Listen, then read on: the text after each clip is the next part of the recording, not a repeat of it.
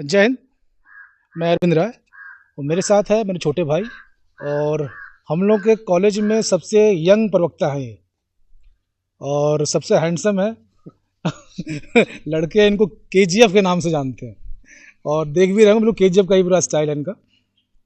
और तो आज इनके साथ हम बैठे हैं कि जो इनकी सफलता है उसका राज क्या है, प्लस अभी जो पेपर का सिचुएशन क्या है, बच्चों को थोड़ा मोटिवेट हो जाए हम, पेपर की तैयारी कैसे करें, इस टाइप के क्वेश्चन है। तो अब अगली आवाज़ छोटे भाई सुधीर जी की। बहुत बहुत धन्यवाद सर। तो जैसा कि सर बता रहे हैं कि बच्चे जो हैं बहुत ज़्यादा क्वेरी कर रहे हैं कि सर यूपी पीजीटी या टीजीटी के पेपर्स कब होंगे। तो अभी तक सभी लोग जान रहे हैं कि आचार संहिता चल रहा है, 4 जून तक कोई भी नोटिफिकेशन वगैरह जारी नहीं कर सकते। लेकिन जैसे ही जून बीतेगा, उत्तर प्रदेश शिक्षा सेवा चयन बोर्ड जो नया बना हुआ है वो तैयार हो गया है और उसने अपना काम तेज़ी से शुरू कर दिया है। तो सबसे पहला इनका जो पेपर वगैरह जो इन लोग को कराना है, सबसे पहला काम इन लोग जो है ये टीजीटी पीजीटी जो एडेड कॉलेज वाले होने हैं वो होगा, और उसके साथ ही साथ जो असिस्टेंट प्रोफेसर का है महाविद्यालयों में, उसके जो पेपर्स होने हैं, फॉर्म वगैरह तो सब सबमिट हो चुके, बस पेपर होने हैं। तो बैक टू बैक ये दोनों होगा। मान के चलिए, जितना मेरा मानना है, अक्टूबर नवंबर के आसपास ये साल जाते जाते आपका टीजीटी पीजीटी का जो एग्ज़ाम है और असिस्टेंट प्रोफेसर वाले जो एग्ज़ाम है वो दोनों 100% हो जाने हैं। बाकी रिजल्ट वगैरह कब तक आता है वो अलग इशू है, लेकिन पेपर हो जाएगा।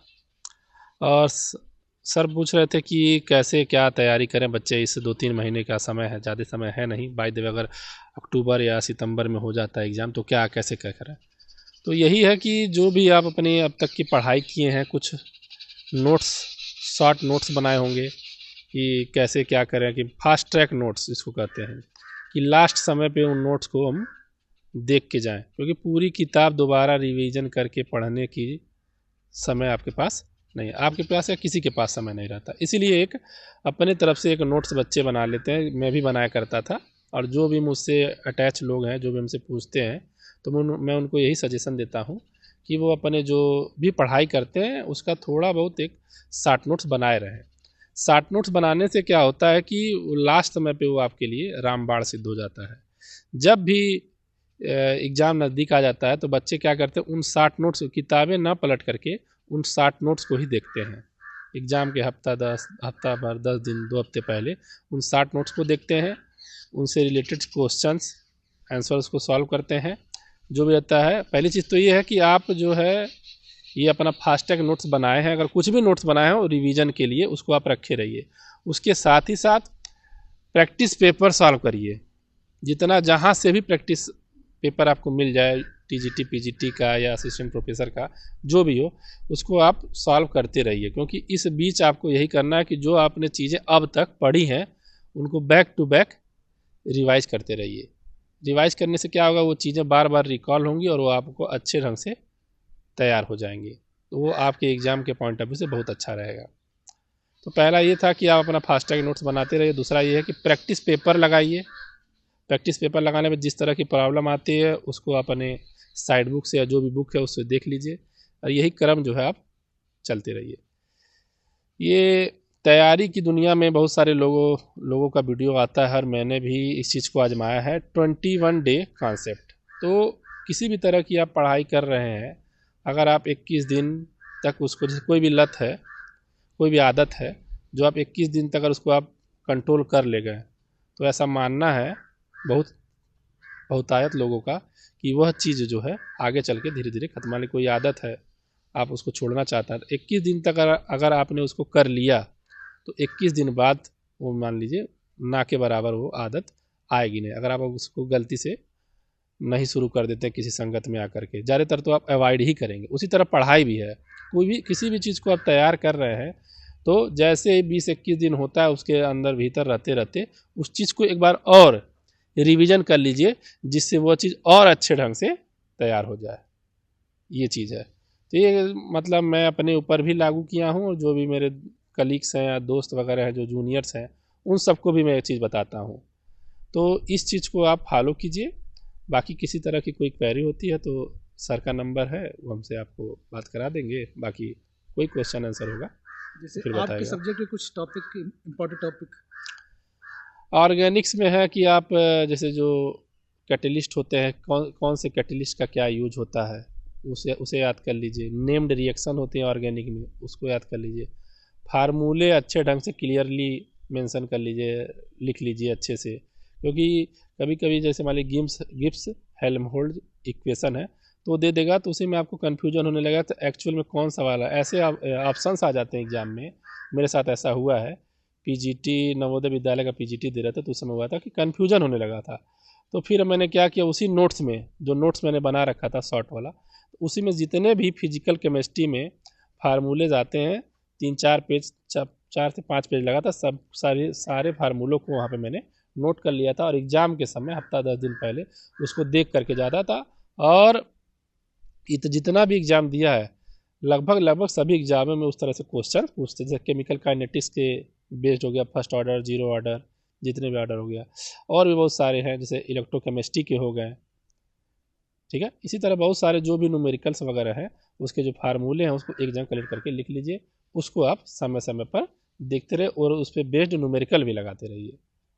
न्यूमेरिकल का जो भी है कि जो भी आपके पास बुक है, साइड बुक है प्रिपरेशन वाली है, जैसे यूथ प्रीवियस वीडियो सर ने जो मेरा बनाया था उसमें बताए थे बच्चों के लिए कि आप एक पीसीएस का सॉल्व पेपर ले लीजिए जिसमें केमिस्ट्री पहले के समय आता था, वो वाला ले लीजिए। और यूथ कंपटीशन टाइप की बुक आती है वो ले लीजिए। बाकी आप इंटर का मान के चलिए 40 से 50% मेरा अपना ये मानना है कि इंटर से ही पूछेगा, चाहे वो केंद्रीय विद्यालय हो, नवोदय विद्यालय हो, या एडेड हो, या जीआईसी हो, इन सब में ऐसा ही होता है। उसके बाद ग्रेजुएशन के पोर्शन पूछे जाते हैं 30 से 40%, और उसके बाद का जो पोर्शन बच्चा है 10 से 20, वो जो है आपका मास्टर्स से पूछ लेता है। बाकी और कोई कितने घंटे में पढ़ने में काम चल जाएगा सिलेक्शन? कितने घंटे का मतलब ये है कि मिनिमम आप 6 से 7 घंटे दें अपने आप को। प्रैक्टिस पेपर भी लगातार एक काम करने की ज़रूरत ही नहीं है आपको। प्रैक्टिस पेपर लगाइए, बोर हो जाते हैं तो अपने फास्ट ट्रैक नोट्स को देख लीजिए।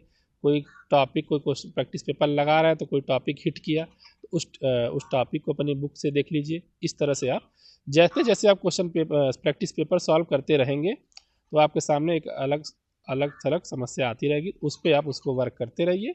और जो भी आपको ऐसा लगता है कि यह मुझे भूल सकता है उसको आप तैयार कर लीजिए, ठीक है। जैसे मान लीजिए बच्चों के साथ पढ़ाते हैं हम लोग, तो दिक्कत आता है बच्चों को इंडोथर्मिक एक्सोथर्मिक में, तो उसके लिए मैंने बच्चों को बताया कि किसमें उष्मा मतलब ली जाती है, किसमें उष्मा निकलती है, और किसमें उष्मा ग्रहण होती है, ठीक है। तो इस चीज़ को कैसे बच्चों को याद करो, तो मैंने बता रखा कि इस तरह के दोनों कन्फ्यूजिंग चीज़ें आती हैं तो किसी एक को आप याद करके चलिए, दूसरे को छोड़ दीजिए, क्योंकि जो आपको याद है उसके बारे में पता है, जस्ट उसी का अपोजिट वाला दूसरा वाला, ये कन्फ्यूजन से बचने के लिए है।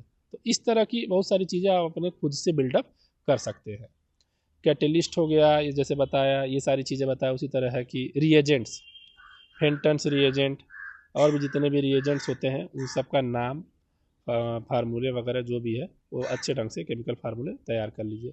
कुछ अब तो जैसे जैसे मॉडर्न कल्चर होता जा रहा है, पेपर का मॉडर्नाइजेशन होता जा रहा है, तो अब जो है प्रैक्टिकल से रिलेटेड क्वेश्चन भी पूछे जा रहे हैं, तो उसको भी आप याद कर लीजिए। जैसे कि आप नाइट्रेट टेस्ट करते हैं तो उसमें, फ्यूम टेस्ट करते हैं तो उसमें आता है आपका भूरे रंग की गैस बनती है, छल्ले बनते हैं, तो उसमें कौन सा कंपाउंड बनता है, इस तरह एक केमिस्ट्री से रिलेटेड। उसी तरह हर सब्जेक्ट में कुछ चीज़ें हैं, तो उसको जो है आप 1 बाय 1 टैकल करते रहिए, ठीक है। मतलब पार्ट वाइज पढ़ते रहे। पार्ट वाइज पढ़ते रहे। पार्ट वाइज पढ़ने से हमारे केमिस्ट्री में है तो फिजिकल, इनऑर्गेनिक, ऑर्गेनिक, तो आप एक एक पार्ट को टैकल करते रहिए। कभी लगातार एक काम करने की ज़रूरत ही नहीं है कि प्रैक्टिस पेपर ही लगाते चलेगा। कभी प्रैक्टिस पेपर लगाए, एक पेपर लगाए, उसका जो उस पे जो है जो प्रैक्टिस पेपर लगाते हैं, लगाने के बाद उसका जो कंक्लूजन ड्रा कीजिए कि हाँ इस क्वेश्चन का ऐसे भी हो सकता है, ऐसे भी हो सकता है, किस चैप्टर से किस तरह का क्वेश्चन पुटअप हो रहा है। जब ज़्यादा प्रैक्टिस पेपर आप लगाएंगे तो ये आपको धीरे धीरे आइडिया होने लगेगा। इस चीज़ को करिए, तो ये हमारे हिसाब से बहुत है अच्छा, मेरे लिए फ़ायदेमंद हुआ, तो आई होप आपके लिए भी फ़ायदेमंद ही होगा। अभी पेशेंस कितना जरूरी बच्चों को? पेशेंस बहुत ज़्यादा ज़रूरी है, क्योंकि उन्होंने बच्चों ने मुझे जहाँ तक याद है 2022 में फॉर्म भरे थे और अभी 2 साल होने के एग्ज़ाम नहीं होने पाया। वहीं बगल के ही प्रदेश में बिहार में बैक टू बैक एग्ज़ाम होते जा रहे हैं, लेकिन वो अपना उत्तर प्रदेश में इसमें हो नहीं पा रहा है। तो कोई नहीं, नया आयोग गठन हो गया है, अध्यक्ष जी भी आ गए हैं, बाकी सदस्य भी आ गए हैं। धीरे धीरे आयोग वर्क करना शुरू कर दिया है और बहुत तेज़ी से वर्क समझ लीजिए कि शुरू हो गया है। तो यही है, आपका एग्ज़ाम होने वाला है, तो आप पेशेंस बनाए रहिए, पेशेंस बहुत ज़रूरी है। इसके साथ ही साथ अपने आप को सेल्फ मोटिवेट करते रहिए। सेल्फ मोटिवेशन के लिए क्या है कि सर की वीडियोज़ भी देख सकते हैं, रोज़ भी यूट्यूब वगैरह पे अदर वीडियोज़ भी हैं, उसको देखिए। रील्स वगैरह देख करके उसमें फंसने की ज़रूरत नहीं, वो बहुत टाइम टेकिंग होता है। एक बार उस मझधार में आप पड़ गए, समझे आधा से 1 घंटा आपका बर्बाद हो जाता है। स्क्रॉल करते करते आपका बर्बाद हो जाएगा, ठीक है। इसमें आप मतलब एंट्री ही मत कीजिए। ये यूट्यूब के वगैरह कुछ मोटिवेशनल वीडियो देख सकते हैं, मोटिवेशनल वीडियो देखिए, लेकिन उसके साथ साथ आप सेल्फ मोटिवेटेड रहिए। सेल्फ मोटिवेटेड से एक चीज़ याद है कि आपका सेल्फ इवेल्युएशन भी ज़रूरी है, कि जो भी पढ़ाई कर रहे हैं, आपका जो भी अपने तैयारियां की अभी तक, वो तैयारियां कहाँ तक सक्सेसफुल है और हमको इसको और बेटर करने के लिए क्या किया। तो अपना सेल्फ इवेल्युएशन कीजिए। जब तक आप सेल्फ इवेल्युएशन नहीं करेंगे तब तक चीज़ें सही ढंग से अप्रोचेबल नहीं हो पाएंगी।